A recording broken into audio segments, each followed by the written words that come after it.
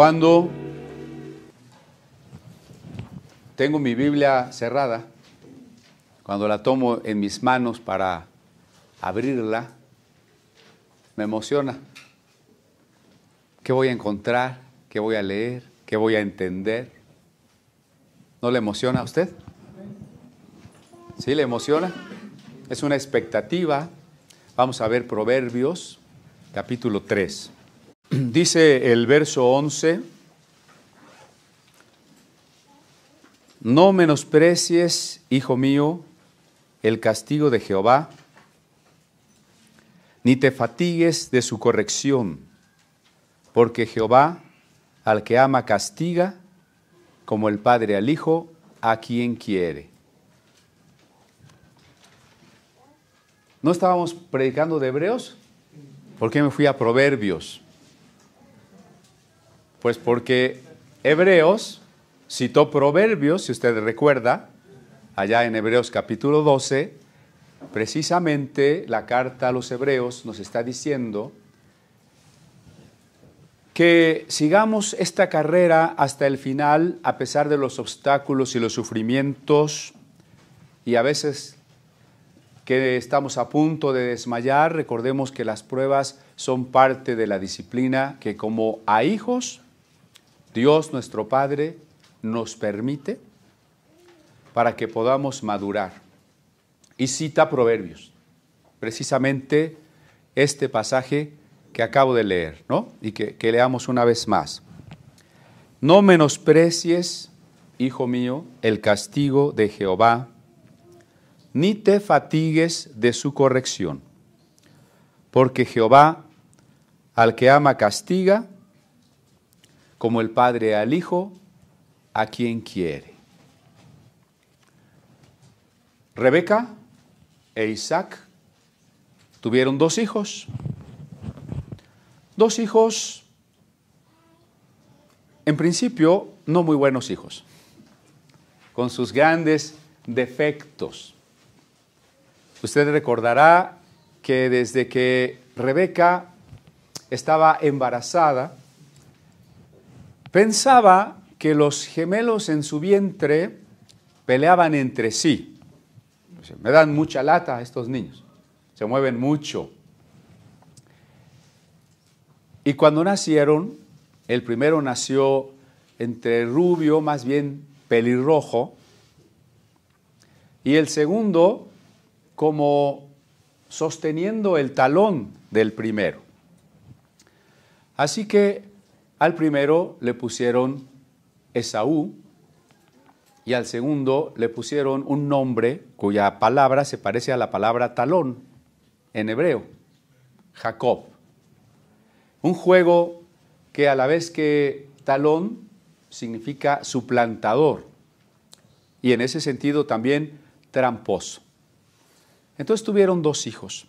Cuando esos hijos crecieron, Esaú se dedicó a la caza de animales. Así que seguido andaba fuera del hogar, buscando animales por el campo, y cuando cazaba algún animal regresaba a la casa. Además, probablemente era muy buen cocinero, era Esaú Núñez, y le preparaba a su papá la comida de tal manera que se volvió el favorito de su papá. Jacob era más reposado, era tranquilo. Él era un seminómada que cuidaba ovejas y vivía más tiempo en su tienda y se volvió el favorito de su mamá. Eso no está bien. La Biblia lo relata, pero no lo avala. Simplemente nos está diciendo y advirtiendo incluso algunos problemas que van a venir cuando papá o mamá tienen favoritos. No debe de ser. Bueno, crecieron y un día que Esaú se fue de casa, regresó y probablemente con algún animal, pero también con mucha hambre. Y bueno, dijo, pues de aquí a que le quito la piel y lo guiso y todo, va a pasar mucho tiempo. Y le llegó un olor así, sabrosón. y se acercó a ver qué estaba guisando su hermano, y su hermano estaba guisando un potaje de lentejas, y dijo: oye, hermano Jacob, compárteme un poco de tus lentejas. Y entonces Jacob, quizá como el padre de Judá, poco judío ya, le dijo: hermano, te las vendo. Si se acuerda usted que cuando en Año Nuevo hablamos de la Cena del Señor, dijimos que la comida es comunión y bendecir el pan es compartir la bendición de Dios. Entonces Jacob, en vez de tener comunión desinteresada, amorosa con su hermano, de juntos darle gracias a Dios por el pan y compartir, aprovechó el momento y le dijo: sí, te doy de mis lentejas a cambio de tus derechos de hijo mayor, de tu primogenitura. Porque el hijo mayor iba a ser el continuador del nombre del padre e iba a heredar la mayor parte de la riqueza del patrimonio, es decir, de los bienes del padre. Y además, el padre oraría por él pidiéndole a Dios que las bendiciones que Dios le había dado al padre se las diera también al hijo. En este caso era muy importante porque Jacob era nieto de Abraham y a Abraham Dios le había dado unas bendiciones muy importantes. Así que tal vez Jacob estaba consciente de eso. Las bendiciones del bisabuelo o las bendiciones del abuelo, serían importantísimas y él no era el mayor. Pero el símbolo de haber nacido tomado del pie de su hermano ya es entendido aquí como que deseaba tomar el lugar de su hermano mayor. Mayor por, no sé, por unos segundos, ¿no?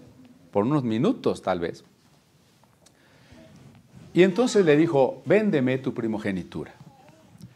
No es una actitud, digamos, aprobada de Jacob, ¿no? No está bien. Aunque deseaba la bendición divina paterna, pero no es correcto. Pero el problema es que Esaú menospreciaba ese derecho de hijo mayor. Y entonces le dijo a Jacob: ¿de qué me va a servir la herencia si me muero de hambre? Está bien, te vendo mi primogenitura, dame de tus lentejas. Y entonces, pues, Jacob le dio y seguramente se comió un buen plato de lentejas, ¿no? Quizá cuando ya estaba satisfecho, dijo: pues, tal vez no estuvo bien, bueno, ya se le olvidará, no creo que lo vaya a tomar en cuenta por un plato de lentejas, ¿verdad? Sucedió que pasaron algunos años y su papá, Isaac, ya estaba viejo. Déjenme decirles cómo se casaron Isaac y Rebeca, los papás. Me regreso un poquito. El día de ayer tuvimos nuestra plática a la que titulamos ¿Con quién me casaré? Me da mucho gusto ver a algunos jóvenes que estuvieron ayer, ¿no? Si usted no nos pudo acompañar, puede buscar el video en el canal de Comunidad Apostólica, en el YouTube, del día de ayer, ¿no? Y repasar o saber lo que compartimos ayer, que está muy relacionado con lo que se dice en los textos que vamos a platicar ahora. ¿Cómo se casaron los papás de Esaú y Jacob, Isaac y Rebeca? Bueno, resulta que Isaac, dice Génesis, tenía 40 años. Y ayer hablábamos de que cuando se piensa en el noviazgo y en el matrimonio hay que estar maduros. Alguien dirá: bueno, 40 años, pues ya está un poco pasado de maduro. El 40 en la Biblia es simbólico. Lo que quiere decir, el 40 es un tiempo de preparación. Israel caminó por el desierto 40 años. Jesús fue a ayunar al desierto 40 años. El 40 es la preparación. 40 días. 40 días. Por supuesto. Entonces el 40 es un tiempo de preparación, ¿verdad? Tal vez usted se case, obviamente, de menos edad, pero lo importante es saber que estamos preparados, que es el tiempo de Dios. Cuando Isaac tenía entonces esos 40 años, Abraham mandó a su siervo a buscar una esposa para su hijo Isaac. Noten entonces el papel que juegan los papás, que es algo que decíamos ayer, ¿no? La autoridad que Dios ha dado a nuestros padres para nuestra protección. Y en la medida en que nosotros podamos reconocer a nuestros padres, podemos disfrutar la bendición de Dios. Vamos allá al Génesis, por favor. En el capítulo 26 del Génesis, dice que cuando Esaú, aquí me regreso un poco a Esaú, el hijo de Isaac y Rebeca, cuando Esaú era de 40 años, tomó por mujer a Judit, hija de Beri Eteo, y a Basemat, hija de Elón Eteo, y fueron amargura de espíritu para Isaac y para Rebeca. Esaú se casó con quien no debía. Seguro no le fue bien, pero para sus papás fue también algo muy triste, ¿no? Fíjense la frase que dice aquí, amargura de espíritu. Bueno, entonces en el capítulo que tenemos antes en el 24, Abraham le pide al siervo que vaya a buscar una esposa para Isaac.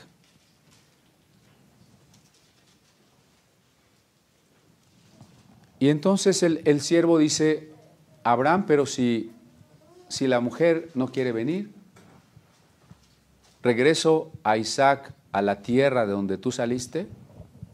Le dice a Abraham, no tomes mujeres de estas tierras ni regreses a mi hijo a aquella tierra. Lo que Pablo interpretará como que es mejor que tengamos comunión con quien es nuestra pareja, comunión de intereses, de prioridades, de vida espiritual, de búsqueda de Dios. De lo contrario va a ser muy difícil esa convivencia.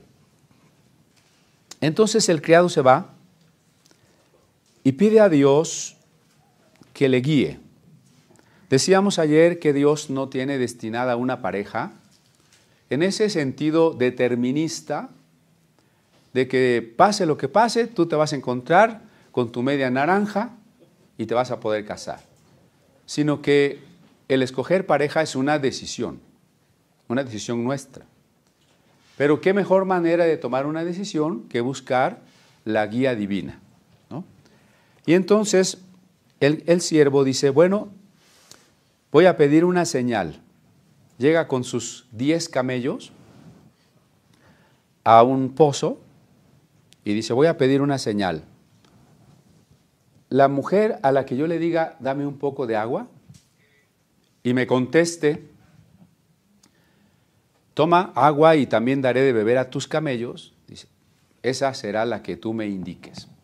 La señal no es muy descabellada, La señal no es, si es fulanita, que traiga zapatos negros. Y siempre vienen zapatos negros, ¿no? A mí Dios ya me dijo que sí, es fulanita. ¿Por qué la señal es inteligente? Porque revelaría, en primer lugar, un carácter hospitalario de la mujer que así contestara, ¿no? Dame un poco de agua, yo no te conozco, las mujeres no hablan con hombres desconocidos, menos en ese tiempo, y darse la media vuelta e irse. Entonces un carácter amable hospitalario, pero todavía más, daré de beber a tus camellos. ¿Usted sabe cuánto puede beber un camello que viene del desierto? ¿Y 10 camellos? Eso implicaba sacar muchas cubetas, muchos baldes de agua del pozo, un gran esfuerzo, un gran trabajo. Quiere decir que no escogería una esposa floja, ¿no? Por lo pronto. Hay un relato azteca, ¿no?, que se parece. Un joven va con una anciana y le dice, pues me gustan 3 muchachas, pero no sé con cuál me debo de casar. Y la abuelita le dice, mira, pues después de la comida vas a casa de cada una de ellas y les pides un poco de masa. Y así lo hizo. Fue con la primera y le dijo, sí, ve con la sirvienta ahí que te lo dé. La segunda dijo, sí, aquí tengo un poquito, y se la dio. La tercera le dijo, quisiera ayudarte, pero no puedo, fíjate que ya lavé las ollas y ya no tengo nada. Y le preguntó a la abuelita, pues, ¿cuál de las 3? Ustedes ya adivinan cuál de las 3, ¿no? ¿Se adivinan o les digo? Así también, pues, llegó Rebeca precisamente y Eliezer le dijo, dame de beber. Le ofreció agua y le dio de beber a sus camellos. Y entonces fue a la casa de ella y habló con los papás, como platicábamos ayer, ¿no? Platicó con los papás y les dijo, mi amo Abraham me ha enviado para buscar una esposa para Isaac. Pero había un pequeño problema, Isaac y Rebeca no se conocían. Decíamos ayer que lo primero que vemos es el físico, eso es inevitable, y es lo primero que nos atrae, también es inevitable y es natural, pero que no es lo primero que debemos valorar, sino lo primero que debemos valorar es el espíritu de la persona. Isaac y Rebeca no se conocían y el problema es que no había Facebook, ni Instagram, siquiera, ¿verdad? Parece, mira, Isaac es bien guapo, Rebeca es muy bonita. ¿Qué propuso Eliezer en vez del Facebook? Isaac es el heredero de las promesas divinas. ¿Qué es lo que estaba presentando Eliezer acerca de Isaac? Su espíritu, sus promesas recibidas de Dios. Y entonces los papás le dijeron a Rebeca, ¿quieres ir? Ella podía haber dicho sí o podía haber dicho no. Ella dijo sí y entonces inició el viaje, se encontró con Isaac y se casaron. Y luego se amaron. Aquí hay una inversión de términos, ¿no? ¿Se da cuenta? En nuestra época decimos, primero te amas, luego te casas. En la Biblia es primero te casas, luego te amas. ¿Por qué? Eso es muy importante, parece de poca importancia, pero es muy importante. Si tú primero te amas, recuerden que hay una gran probabilidad de que ese sentimiento sea más bien un proceso biológico, hormonal, químico, combinado con algunas resortes inconscientes y hasta con algunos traumitas por allí que nos hacen buscar a la persona menos indicada, ¿no? Y luego nos casamos y entonces esa manera de funcionar del cerebro cambia, se termina, y si no se ha construido el amor auténtico, el matrimonio se vuelve un vínculo insoportable, ¿sí?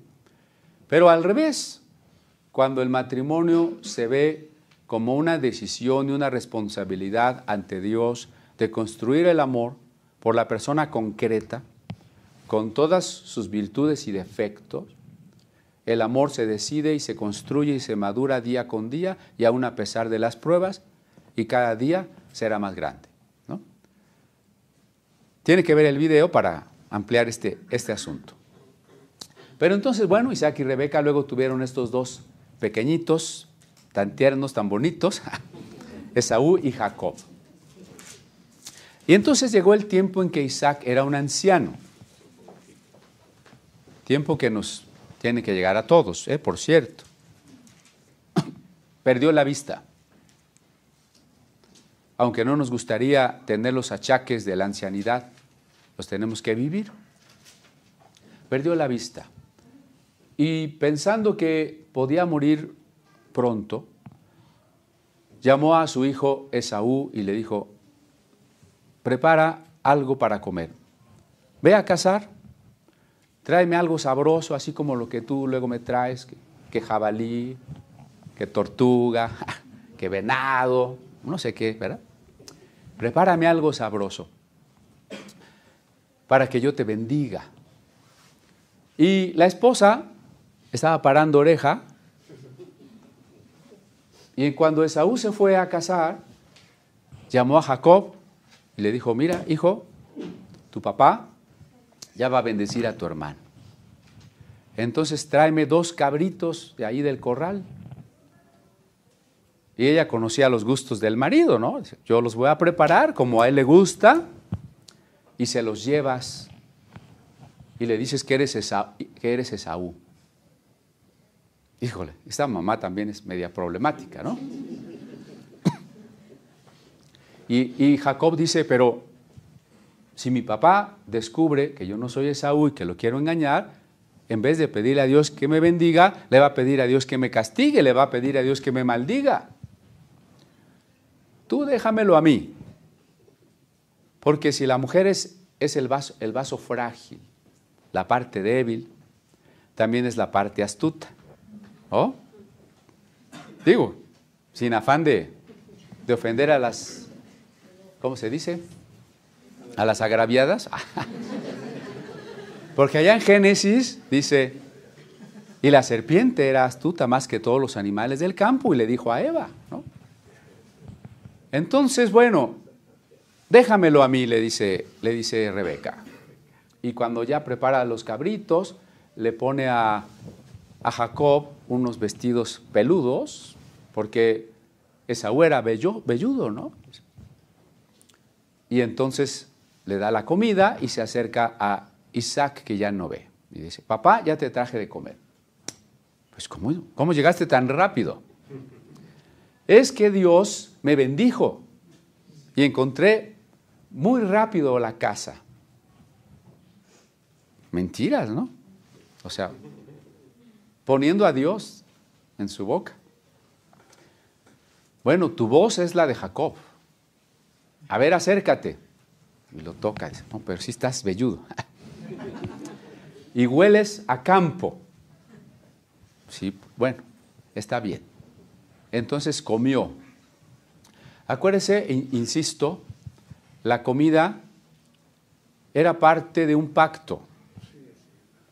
Isaac acababa de hacer un pacto con Abimelech y lo hicieron con una comida. Ahora Jacob va a bendecir a su hijo, Isaac va a bendecir a su hijo y lo hace con una comida. Por eso la cena del Señor que tomamos es una comida fraternal, es una comida de comunión con Cristo, es una comida donde damos gracias por el pan y compartimos la bendición de Dios. Comió Isaac y bendijo a Jacob y le dijo, Dios te dé el rocío del cielo, te dé abundante cosecha, bendiga a todos los que te bendigan y maldiga a todos los que te maldigan. Que todos tus vecinos y tus hermanos te sirvan. Y entonces se fue Jacob. Pues llegó Esaú muy quitado de la pena y preparó lo que había cazado, bien rico, y llegó con su papá y le dijo, papá, pues aquí está tu comida. Imagínense, Isaac, ¿quiere acompañarme? En el capítulo 27, el verso 32, el verso 32 dice, entonces Isaac su padre le dijo, ¿quién eres tú? Y él le dijo, yo soy tu hijo, tu primogénito Esaú. Y se estremeció Isaac grandemente. ¿No? Qué tremendo. Se estremeció Isaac grandemente y dijo, ¿quién es el que vino aquí? Que trajo casa y me dio y comí de todo antes que tú vinieses. Yo le bendije y será bendito. Independientemente de un estudio que será tema de otro día, un estudio exegético sobre las creencias que se tenían acerca de la bendición, de la época de que proceda este escrito, eso es otro tema. La enseñanza que quiero rescatar hoy es que dice, cuando Esaú oyó las palabras de su padre, clamó con una muy grande y muy amarga exclamación y le dijo, bendíceme también a mí, Padre mío. Por favor, contraste usted aquella ocasión desinteresada, descuidada más bien. Ah, sí, mi primogenitura, te la vendo. Dame lentejas. ¿Para qué sirve que me muera de hambre? ¿Usted cree que de veras se iba a morir Esaú? Sí, seguro tenía mucha hambre, pero que se iba a morir, yo no creo que se iba a morir. Contraste esa actitud descuidada con el hecho que ahora enfrenta de que realmente ha perdido lo que entonces no le importó. Y dice la frase, clamó con muy grande y muy amarga exclamación, bendíceme también a mí, Padre mío. Y él le dijo, vino tu hermano con engaño y tomó tu bendición. Y Esaú respondió, bien llamaron su nombre Jacob, tramposo. Ya me ha suplantado 2 veces. Se apoderó de mi primogenitura y he aquí ahora ha tomado mi bendición. Y dijo, ¿no has guardado bendición para mí? Isaac respondió y dijo a Esaú, he aquí yo le he puesto por señor tuyo y le he dado por siervos a todos sus hermanos, de trigo y de vino le he provisto. ¿Qué pues te haré a ti ahora, hijo mío? Y Esaú respondió a su padre, ¿no tienes más que una sola bendición, Padre mío? Bendíceme también a mí, Padre mío. Y alzó Esaú su voz y lloró. Y lloró. Vamos allá a la carta a los Hebreos, en su capítulo 12.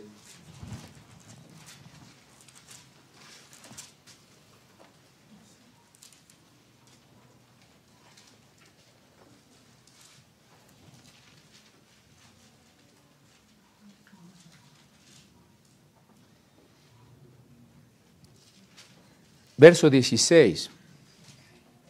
No sea que haya algún fornicario o profano como Esaú, que por una sola comida vendió su primogenitura. Porque ya sabéis que aún después, deseando heredar la bendición, fue desechado. Y no hubo oportunidad para el arrepentimiento, aunque la procuró con lágrimas. Eso que acabamos de leer, ¿no? Que con voz fuerte y con amargura y con llanto dijo, Padre, bendíceme también a mí. La carta a los Hebreos nos advierte y nos dice, no haya entre ustedes quien se porte como Esaú. Esto nos muestra que el plan que Dios tiene para nosotros no es obligatorio, no se impone, que tenemos que terminar con una manera muy común de pensar. Es que va a pasar lo que tenga que pasar. No es cierto. Va a pasar lo que usted decide que pase. Es lo que nos toca decidir, ¿no? Hay cosas que no están bajo nuestro control, obviamente. Pero Dios tenía una bendición y un plan para Esaú. Pero a Esaú no le importó. Fíjese cómo dice, no hay entre ustedes fornicario o profano. ¿Profano qué quiere decir? Mundano, que tiene a Dios en poco, que no tiene cuidado y no valora las cosas sagradas y las oportunidades que Dios le da.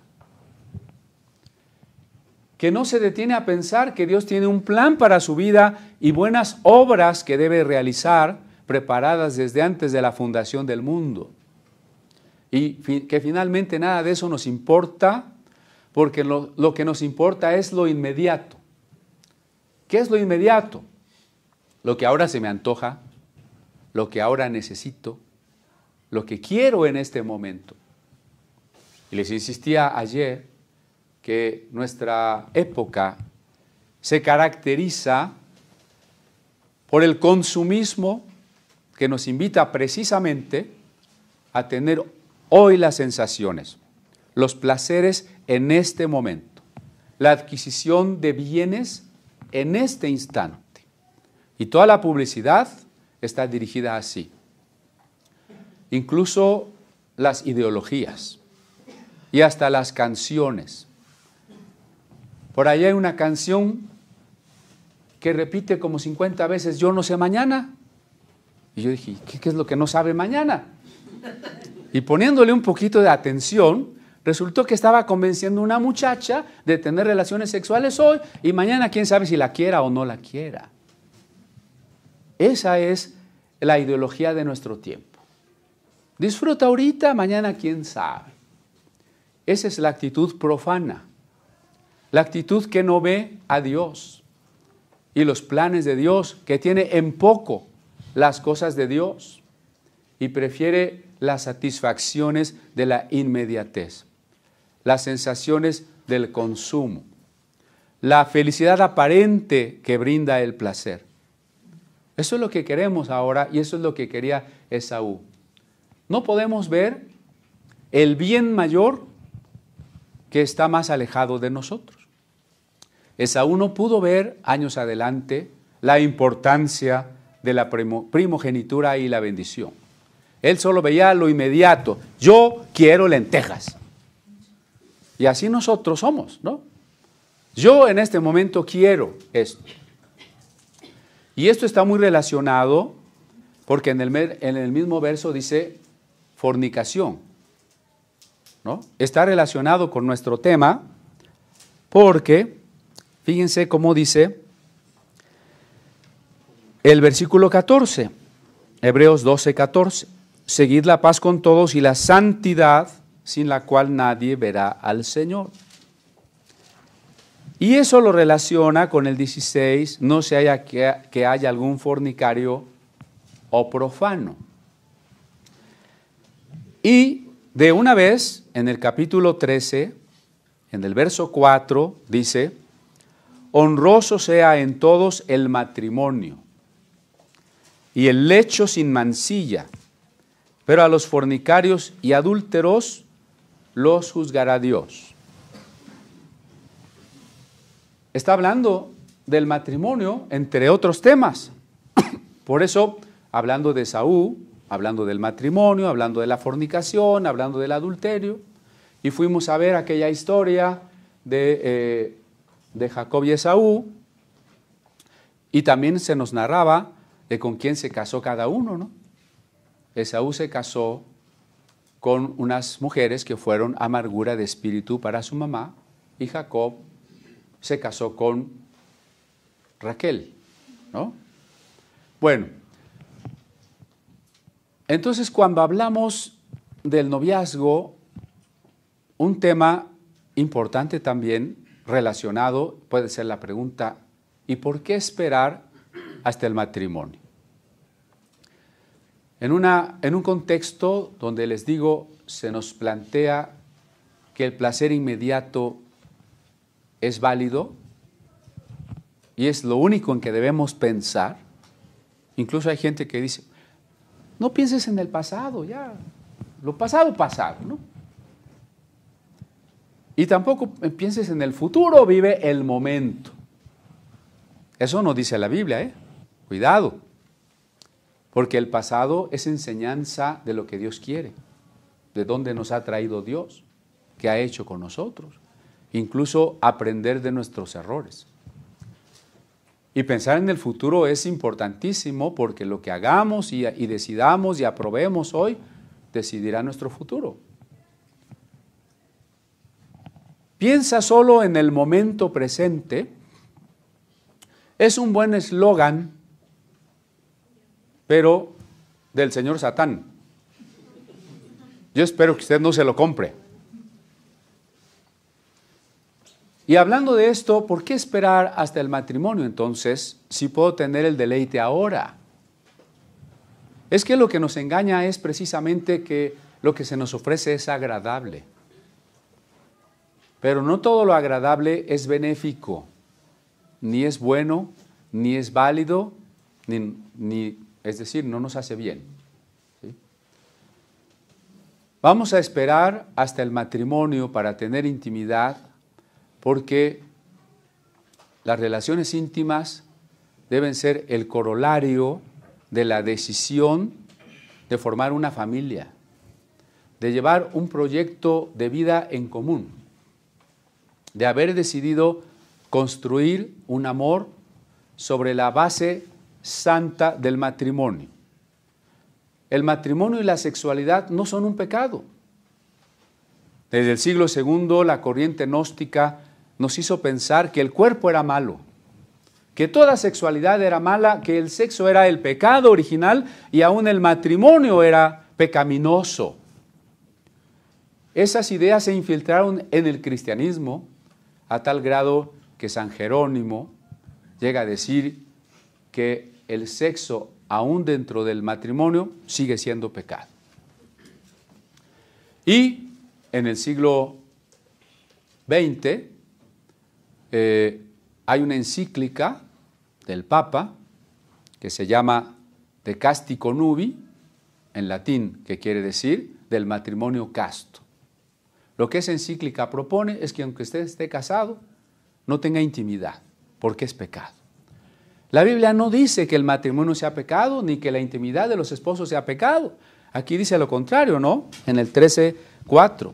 Honroso sea en todos el matrimonio y el lecho sin mancilla. Es honroso, es santo, es agradable, es parte del diseño divino, del propósito de Dios para disfrutarnos mutuamente como pareja. Es lo que Dios quiere. Y tenemos que hacerlo sin ninguna culpa, sino precisamente disfrutándolo plenamente. El problema es la fornicación o el adulterio. ¿Qué es la fornicación? Bueno, un sentido amplio. En griego, pornía es todo pecado sexual. No voy a hacer una lista de las desviaciones y perversiones sexuales. Todas cabrían dentro del término fornicación, aunque la Asociación Americana de Psiquiatría quiera poner algunas como cosas normales y ya las descatalogó como desviaciones y ahora ya son preferencias, ¿no? De todas maneras, son fornicación. Y el adulterio, en ese contexto en que se escribe la Biblia, es que la mujer casada estuviese con alguien que no es su marido. Entonces, dice, vuelva a leer conmigo, por favor, el 16. No sea que haya algún fornicario o profano. La mayor tentación yo creo que es para nuestros jóvenes. Hay que reconocerlo.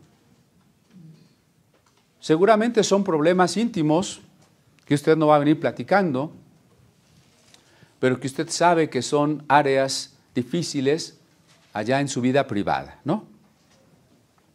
Porque el despertar al deseo sexual comienza en la primera parte de la adolescencia y faltan muchos años para que nos podamos casar. Entonces las tentaciones están ahí. Y si además el mundo, el sistema, la ideología nos dice, no pasa nada, es tan simple como que, mira, ¿tienes hambre? Te comes unas papitas, ¿no? Pues tienes deseo sexual, pues te acuestas con alguien y ya. O sea, ¿qué estamos haciendo con el sexo? Lo estamos volviendo superficial. Lo estamos volviendo trivial. Estamos olvidando que la unión sexual es tan poderosa, es tan sublime, que convierte a dos personas en una sola. Y la gente que no conoce a Dios nos quiere convencer de que es algo intrascendente, de que lo puedes practicar como sea y no pasa nada. Y en realidad pasa mucho. Lo primero que pasa tendría que ser en principio positivo, la unión de dos personas. El problema es que cuando esas dos personas no van a permanecer unidas, más que por media hora, y luego ni siquiera se van a volver a ver y ni supe ni cómo te llamabas, o el problema es cuando esa unión se da entre dos personas que no debían estar unidas, entonces esta fuerza tan sublime, tan poderosa, se vuelve destructiva, como toda fuerza poderosa, como la fuerza nuclear.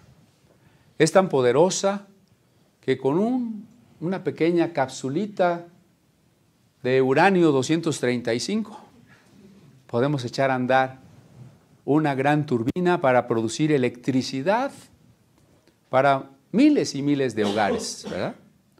Pero esa misma fuerza sin control, usada de manera inadecuada, se vuelve terriblemente destructiva, poderosamente destructiva. Por eso no podemos convertir al sexo en algo superficial, sino reconocer en él algo santo, maravilloso y poderoso. Y si queremos que nuestra vida se construya y nos evitemos el mayor dolor posible, necesitamos usarlo bien. Y usarlo bien tiene que ver con esto, que nuestra juventud, igual como adultos, cuidemos que entre nosotros no haya fornicarios ni profanos. No queremos mal usar nuestro cuerpo, ni queremos poner a Dios en segundo lugar para escoger mejor las cosas no santas. Eso es ser profano. O peor, tomar las cosas santas a la ligera. De ahí el verbo profanar, que es como ensuciar algo que era santo. ¿Sí? Entonces, vamos a leer desde el verso 12, ¿no? Por lo cual levantad las manos caídas y las rodillas paralizadas, o sea, los que nos sentíamos débiles por tantas pruebas, por tantos sufrimientos, tenemos que fortalecernos. Y haced sendas derechas para vuestros pies, lo mismo que predicaba Juan el Bautista. Enderezar nuestros caminos, ¿no? Si algo tenemos que decidir hoy, que el Espíritu nos habla, enderezar nuestros caminos, para que lo cojo no se salga del camino, sino que sea sanado. Todo aquello en que estábamos mal, no nos termine de desviar de Dios, sino sea sanado. Seguid la paz con todos y la santidad, sin la cual nadie verá al Señor. No quiero espantarlos con este texto de una manera equivocada, porque a veces este texto se usa para que dudemos de la salvación. No se trata de eso. No se trata de decir, mira, Cristo ya te salvó, pero ahora cuidadito, esfuérzate, porque si fallas y te mueres en ese momento, ¿quién sabe si te salves? Eso no dice el texto. Sin santidad nadie verá al Señor. La buena noticia es que desde el día en que creímos en Jesús, fuimos santificados. Si la santidad fuese algo que tenemos que alcanzar nosotros mismos, ¿quién sería salvo? Nadie. El Señor nos ha santificado. La invitación aquí es más bien a que valoremos la santidad que Dios nos ha dado y la vivamos para poder aprovechar el plan que Dios tenía para nosotros. Porque Esaú perdió el plan de Dios. Pregúntese usted, cuando peca, ¿qué bendiciones de Dios se está perdiendo? No solo hay que preguntarnos qué consecuencias dolorosas tenemos, sino positivamente qué bendiciones me perdí. Volviendo al caso del matrimonio, ¿no? Si yo me caso con quien menos debo, ¿usted se imagina la larga lista de sufrimientos y consecuencias que voy a tener? No se lo imagina. Es muy larga la lista. Pero también piénselo al revés. Me perdí toda la felicidad, los beneficios, los momentos bellos que hubiera tenido si me hubiera casado con quien me tenía que haber casado. Entonces usted se está perdiendo dos tipos de cosas, ¿no? O se está perdiendo unas y está sufriendo otras. Ese es el riesgo de olvidar la voluntad de Dios, de que no busquemos el plan de Dios. Tenemos que buscarlo. Y amar la primogenitura. Usted puede decir que usted no es el primogénito. ¿Qué es eso del primogénito? Ya sabemos que era el hijo mayor. Más adelante, el mismo capítulo de Hebreos dice que somos la congregación de los primogénitos. Desde que Cristo nos salvó, a todos nos hizo primogénitos, levitas, redimidos como representantes de su casa, de su familia, sacerdotes. Entonces, usted tiene que amar su primogenitura. Usted tiene que amar la bendición de Dios. Cuando usted va a tomar decisiones, cuando se siente tentado a pecar, usted tiene que recordar, ¿y quién soy yo? Soy sacerdote, soy hijo de Dios, soy llamado a la santidad, soy un embajador de Cristo, haré lo que quiero hacer. Pues creo que no es coherente. Y entonces hay que desistir, ¿no? Mirad bien, no sea que alguno deje de alcanzar la gracia de Dios. ¿Qué es esto? Precisamente que ese plan divino que Dios nos preparó por gracia, lo desperdiciemos, lo tiremos a la basura. Cuando dice la Biblia que desde antes de la fundación del mundo Dios preparó cosas buenas para nosotros. Si eso es antes de la fundación del mundo, han pasado cuando menos 13,000 millones de años, ¿no? Imagínese una bendición que ya tiene ahí esperando 13,000 millones de años para que de repente usted la disfrutara, y llegó el mes, y luego llegó el día, y luego llegó el minuto en que usted la tenía que disfrutar y la dejó pasar y la desperdició. Cuidado, no deje de alcanzar la gracia de Dios. Que brotando alguna raíz de amargura os estorbe y por ella muchos sean contaminados. Uno de los pecados que también están relacionados aquí es el que tenga que ver con los pecados contra la iglesia, en este caso la división. ¿Se acuerda que la manera indigna de tomar la cena, no la persona indigna, sino la manera indigna, es divisiones, celos, contiendas, ¿no? Por eso dice aquí, una raíz de amargura. ¿Qué sería una raíz? ¿Cómo es una raíz? ¿Está escondida? No se ve, pero se ve el fruto. ¿Por qué a veces usted contesta como contesta? ¿Por qué de repente ya surgió un pleito? Ya surgió una ofensa, ya surgió una envidia. Pues no se ve.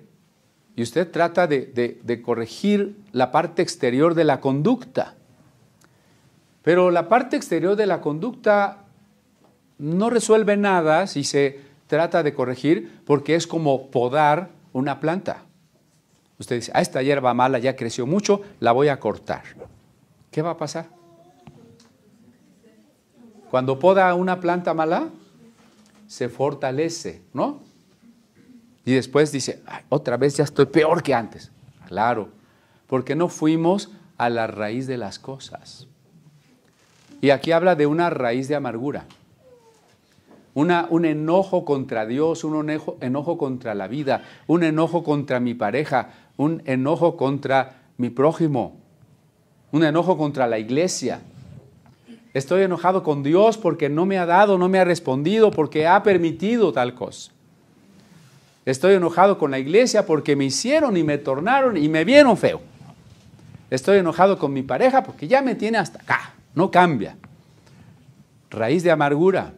Y entonces empieza a producir frutos terribles. Y luego viene el verso que ya leímos acerca de Jacob. Procuró con lágrimas y ya no lo pudo recuperar. Yo quisiera entonces que pensemos con mucho cuidado que Dios nos habla como a hijos.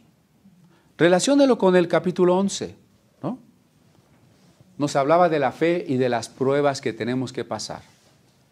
Y luego nos dijo que pensemos en Jesús, porque Jesús es el que produce en nosotros la fe. La fe como respuesta amorosa. En la medida en que conocemos a Jesús, nuestra decisión de entregarle nuestra vida, que es la fe, se vuelve más grande, más madura para soportar las pruebas. Y que dentro de esas pruebas consideremos que Dios nos puede estar disciplinando como a hijos. Nos puede estar dando unos varazos, pero eso significa que nos ama. Si Dios no nos castigara, significaría que no nos ama. Si entonces puedo ver el sufrimiento como una corrección que necesito porque Dios me ama, entonces es tiempo de animarme si estaba desanimado, de volver a caminar si no estaba caminando, de despojarme del pecado, de despojarme de las raíces de amargura y de cuidar que no haya en mi vida actitudes profanas que toman a Dios a la ligera, actitudes fornicarias que ponen los placeres antes que a Dios. Quiero cerrar leyéndoles este mismo pasaje en una versión más sencilla. Le pido que abra su Biblia, ahí en Hebreos. Si no tiene Biblia o alguien cerca de usted no tiene, compártale por favor. Quiero leerle el capítulo 12 en otra traducción más sencilla. Me voy a ir despacito para que usted pueda seguir, precisamente como son palabras distintas, que no se pierda, pueda seguir lo que dice allí y a la vez lo que yo leo, y va a ver que lo va a entender mejor, ¿sí? Y con ello vamos a cerrar esta invitación que nos hace Dios. 12:1. Fijémonos entonces que nos rodean muchísimas personas que demostraron su fe. Todo el capítulo 11, ¿no? ¿Se acuerda? Abel, Moisés, Jacob, David, ¿no? Corramos sin fallar la carrera que tenemos por delante. Quitemos de nuestra vida cualquier cosa que nos impida avanzar, especialmente el pecado que nos hace caer tan fácilmente. Fijemos nuestra mirada en Jesús, en quien la fe empieza y termina. En vez del gozo que podía haber tenido Jesús, sufrió la muerte en la cruz y aceptó la humillación como si no fuera nada. Después se sentó a la derecha del trono de Dios. ¿Sí? Recordemos este proceso. O sea, Jesús sufre, pero tras el sufrimiento viene la gloria. Verso 3. Si alguna vez se sienten desfallecidos y agobiados, piensen en Jesús, quien soportó pacientemente el maltrato de parte de los pecadores. 4. Ustedes han luchado contra el pecado, pero no hasta el punto de perder la vida. Son hijos de Dios, pero olvidaron lo que Él les dice a sus hijos para animarlos. Hijo mío, toma en serio la disciplina del Señor. No te desanimes cuando el Señor te corrija. El Señor disciplina a todo el que ama y castiga a todo al que acepta como su hijo. Entonces, soporten esos sufrimientos como se acepta la disciplina de un padre, porque Dios lo hace como un padre que corrige a sus hijos. Verso 8. Si Dios no los disciplinara, significaría que ustedes no le importan. Cuando un padre no corrige a sus hijos, es porque realmente no los considera sus hijos.